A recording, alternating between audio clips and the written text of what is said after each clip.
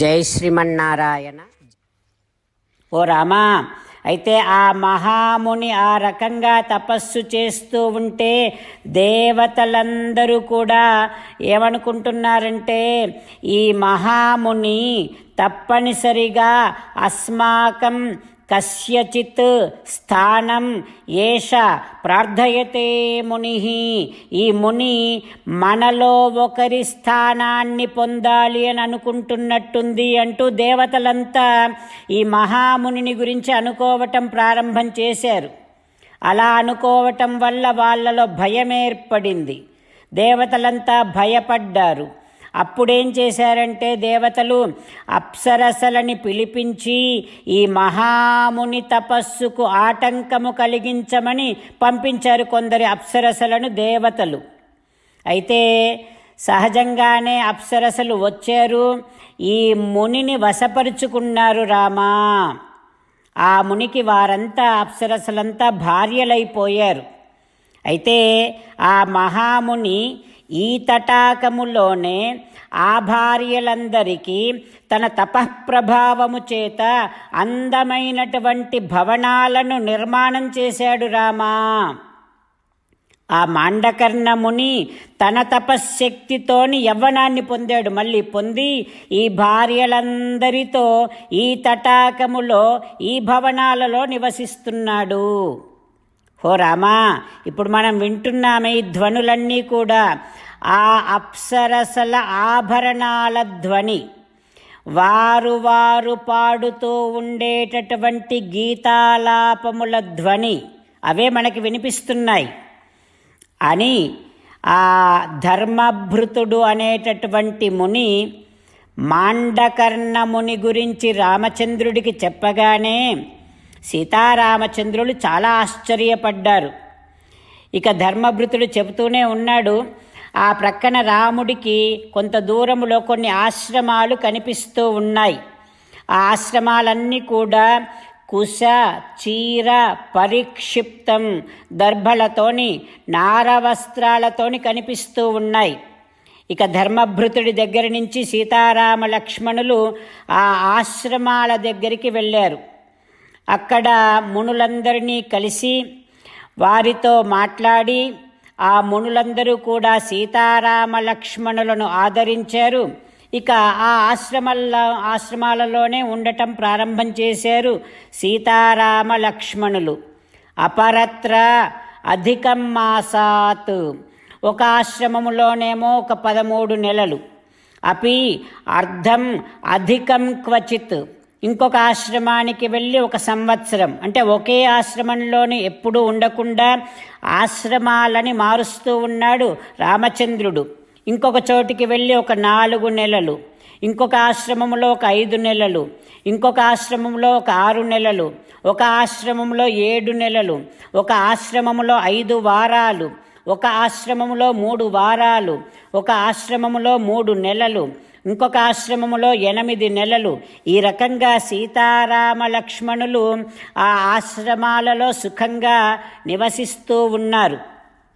అయితే ఆ ఆశ్రమ వాసము కాస్త ఒక 10 సంవత్సరాలు గడిచాయి సీతారామ లక్ష్మణులకు.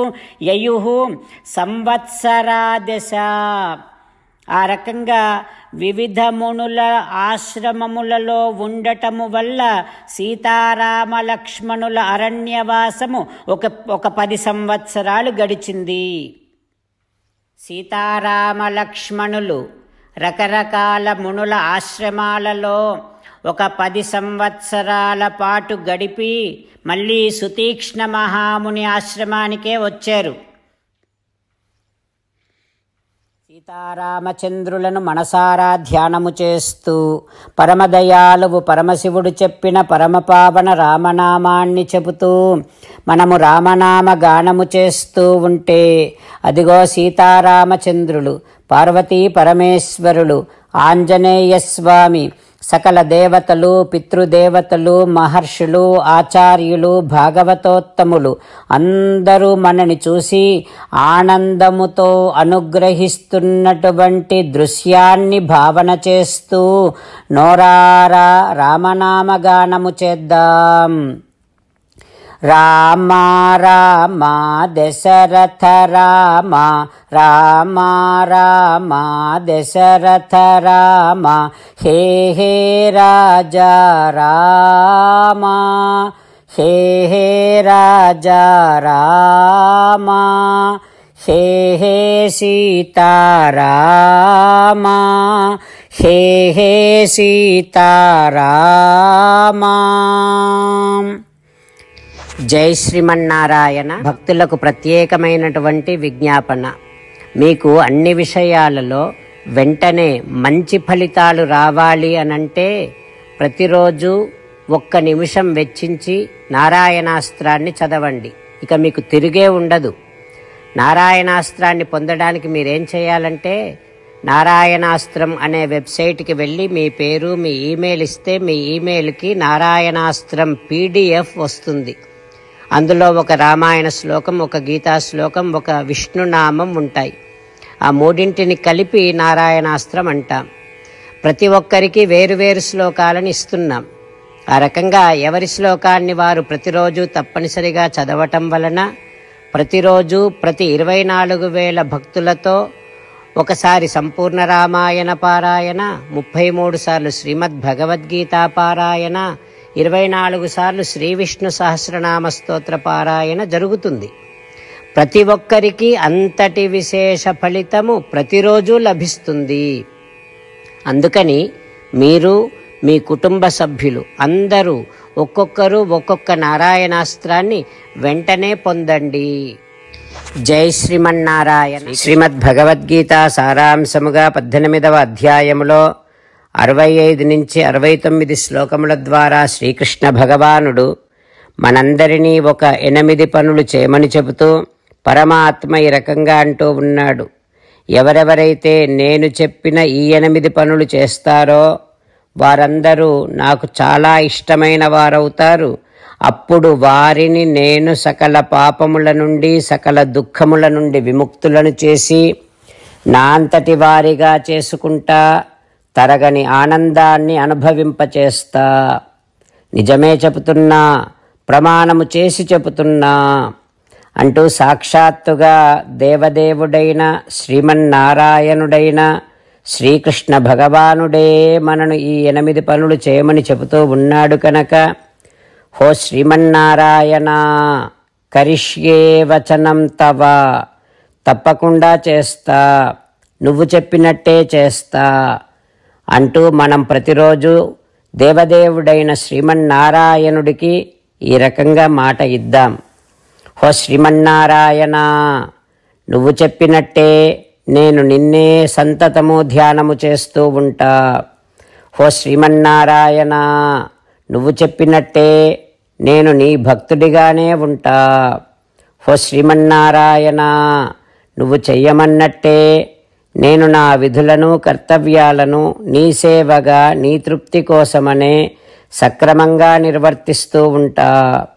హో శ్రీమన్నారాయణ, నువ్వు చెప్పినట్టే నేను నీవాడిని అనే మహావిశ్వాసాన్ని సంతతము కలిగి ఉంటూ నా హృదయములో నీకే నమస్కరిస్తూ ఉంటా. హో శ్రీమన్నారాయణ, మామేకం శరణం వ్రజ, నన్నొక్కడిని మాత్రమే శరణు వేడుకో అని నువ్వే అన్నావు కనుక నేను నిన్ను ఒక్కడిని మాత్రమే శరణు వేడుకుంటా. హో శ్రీమన్నారాయణ, మా శుచః, ఇక దుఃఖించకు అని నువ్వే నాకు భరోసా ఇస్తూ ఉన్నావు కనుక నేను ఇక దుఃఖించను. హో శ్రీమన్నారాయణ, నువ్వు చెప్పినట్టే నువ్వు నా కోసమని చెప్పిన శ్రీమద్భగవద్గీతను ఎప్పుడో ఒక్కసారి కాకుండా ప్రతిరోజు కనీసం 1 శ్లోకాన్నైనా అనుసంధానము చేస్తూ గీతోపదేశాన్ని జ్ఞాపకం చేసుకుంటూ ఉంటా. హో శ్రీమన్నారాయణ, నువ్వు చెప్పినట్టే నువ్వందరి కోసమని చెప్పిన శ్రీమద్భగవద్గీతను తెలియని భక్తులందరికీ తెలియచేసే నా వంతు ప్రయత్నాన్ని నిరంతరము కొనసాగిస్తూనే ఉంటా. హో శ్రీమన్నారాయణ, నేను నువ్వు చెప్పినట్టే చేస్తా, నీకు నచ్చినట్టే ప్రవర్తిస్తా, నీకోసమే పని చేస్తూ ఉంటా. కరిష్యే వచనం తవ. సర్వం శ్రీకృష్ణార్పణమస్తు. జై శ్రీమన్నారాయణ.